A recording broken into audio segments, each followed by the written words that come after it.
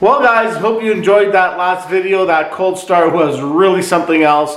The truck handled it like a champ. Again, minus 37, not plugged in. It is very hard on it. The battery has very little power left. The engine oil, even though it's got modern viscosities levels that are designed for extreme cold starts, they're still very cold, and they are probably like molasses. So anyway, truck did well, started up. I've noticed, it wasn't making the greatest noise, and it was pumping a lot of fuel through the system. I saw a lot of water vapor as it came out the exhaust. Once it warmed up though, everything was in its natural habitat and it ran just fine. So today in part 2, we're going to talk a little bit about the block heater cord and its role. Now this block heater cord is not a factory installed system with Toyota. Toyota does not put block heaters in their vehicle from the factory, from what I was told at the dealer. And so if you're looking up factory block heaters for your Toyota, you won't notice it in your owner's manual. That's one thing that I kind of looked at having, was that it was not referenced in my manuals. It had winter driving section, which talked about just a bit of maintenance and tires, winter tires and tire chains, but it didn't make any reference of cold weather operation and recommendation.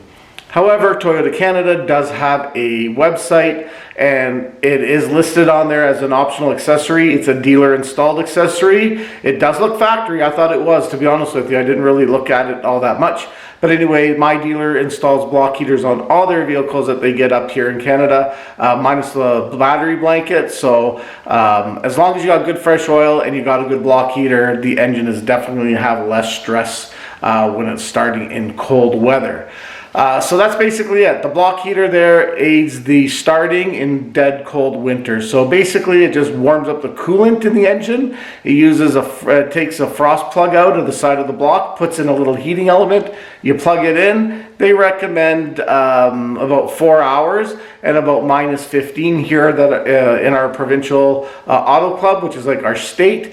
However, Toyota, and I'm trying to find out, doesn't have any recommended temperatures where they start recommending a use of a block heater. So it's a little bit of a misstep on Toyota's site or their corporate things, just because people who do, like me, end up buying a vehicle and living up in extreme parts of the world need to know when to plug it in, because eventually that truck will be disabled, or you could do a lot of damage with cold weather operations prolonged over the years. So always use a block heater cord. I usually use it at negative 20 Celsius and colder.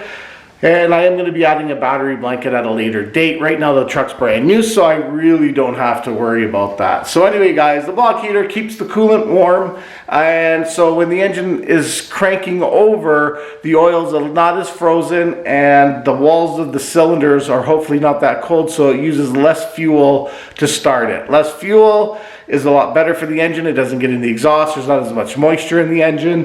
Less fuel on startup also doesn't wash the rings away from the oil, causing wear and tear. So again, the role is pretty important, and to be honest with you, it helps you get up and starting in the morning. So that's tonight's plan, is we're going to go over and show you what the block heater cord is. We're going to give it a plug-in. Again, recommendation as a general rule, always check your manufacturer specifications for usage on your vehicle. Unfortunately with Toyota, you won't be able to do that because they just don't have any information. Trying to dig that out of them, and hopefully maybe I'll get something positive for us Tundra owners or us Toyota owners that do have Toyotas, what the corporation recommends. They're the ones that built it, they're the ones that test it, they're the ones that should state the temperatures of operation. So I'm going to jump on the little workbench here. I'm going to kind of just show it to you, and we're going to plug it in, wait all night, and then tomorrow morning we're going to do the same thing and set up the camera, set up the tripod, give it a start, and see if I see any noticeable differences. So here we go. This is it. Just a little snaky cord.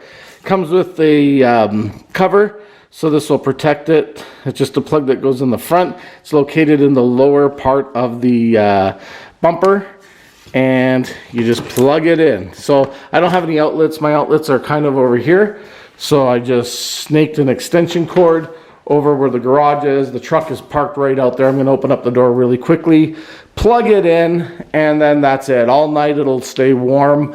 If you do want to conserve power or you want to save on power, I recommend putting it on a timer. 4 hours is sufficient enough to warm everything up before you start operating it. Another little tidbit here. If you are in extreme colds, you can use one of two things. You can use an actual block heater cord. Now this blue here is pretty good till about minus 20, 25 at max, and then it goes hard like a rock, and you could damage the wires inside it and break it. Those ones there, maybe minus 10, your regular orange or green wires. The black is what you want, extreme cold weather duty. These will be minus 40 and colder. They won't break. So, you know, the last thing you want is to plug your car in, have a frozen wire with a broken wire, and then it's totally not going to work. Very sucky on an early morning when you're trying to get somewhere. So I got it all plugged in. So tonight's temperature is going to be around negative 36, negative 39, could be even colder than that. Like I said, it's hard to really judge, but we're in the late 30s, probably minus 34, 35 degrees Fahrenheit. So that is the Arctic chill. Definitely been in colder temperatures, but kind of all the same after minus 30. It feels wicked. Well guys, there she is. It's right on the back of the front bumper. There's your block heater cord. Again, it's on the lower valance of the Tundra. I keep saying Tacoma. The T's are screwing me up. But anyway, the Tundra has it right there. Again, dealer installed. So basically you just plug and play and you are golden. So let me put this down and get at the job.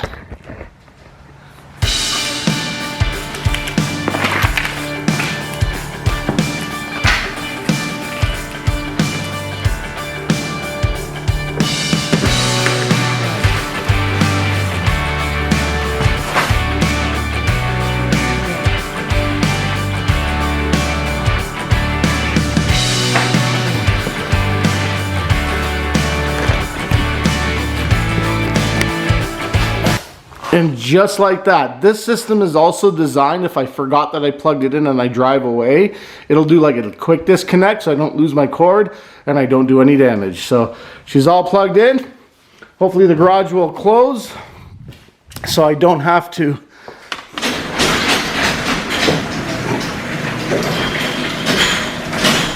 perfect. So she's warming up now. She's ready to go. And yeah, we'll see what she's like in the morning. Good morning, everybody. It's the following day. The truck's been sitting outside in the minus 30s, and yeah, she's been a cold one. Although now it's actually warming up. When I got up this morning, it was about minus 34. Now we're at minus 32. So it's not going to be quite temperature comparison, number for number, but it's still in the minus 30. So we should still get something of a good comparison shot of how well the engine starts with it being plugged in. So as you can see, it's minus 32 degrees Celsius. For my American friends, it's minus 25. So it's still a chilly one. We will get some good feedback, so I'm gonna throw the cameras up. I'm going to start recording, and let's find out and compare the differences between the plug-in and non-plug-in. Well guys, I'm in the truck. Everything is nice and stiff. The seats feel like I'm sitting on ice blocks. Definitely notice there's still a temperature change in the 30s. So I'm going to throw my phone in on the gauge cluster so you can see what it's doing, and we'll see if it does any of the same factors that it did when it wasn't plugged in. I'm expecting it the same. The only difference is the engine should be easier to start and less problematic due to the fact that it was plugged in. So here we go.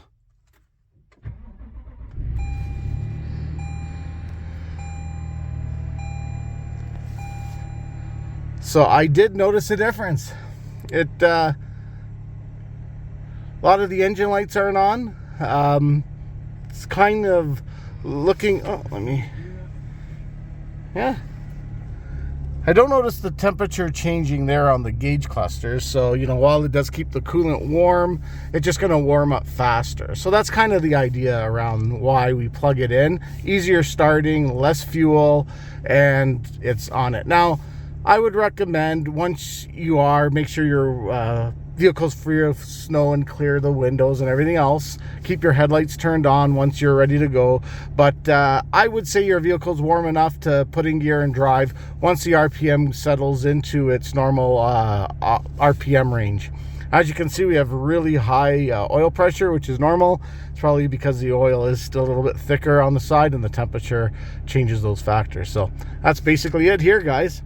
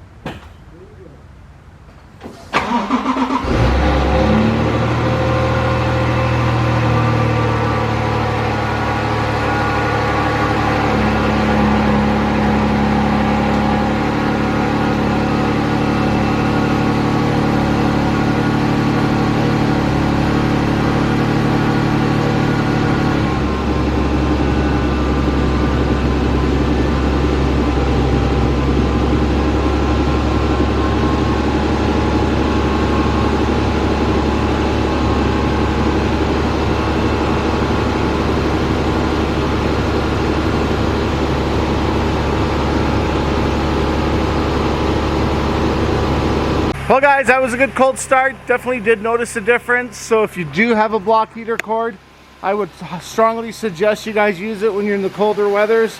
Again, it's very simple. Plugs right into your front of the Tundra. Like I said, if you ever back away, you could just go in and it won't rip anything off. So again, these are things that make life easier when you're living in the cold climates. And yeah, she's running a lot different, not as high idle.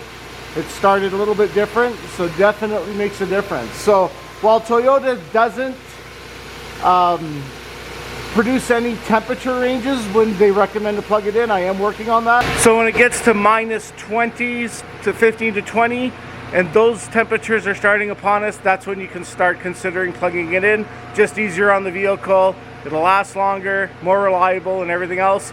On the extreme cold like we are here, consider adding a battery blanket as well. So anyway guys, hope you enjoyed it. I'll do a little comparison before and after, before plugging in and after plugging in, and definitely will be publishing the temperature changes just to show you what temperature, how it affects our vehicles, and yeah, we'll go from there. Anyway guys, hope you enjoyed this episode. You guys stay loose and we'll catch you on the next episode, Cordetti Motorsports.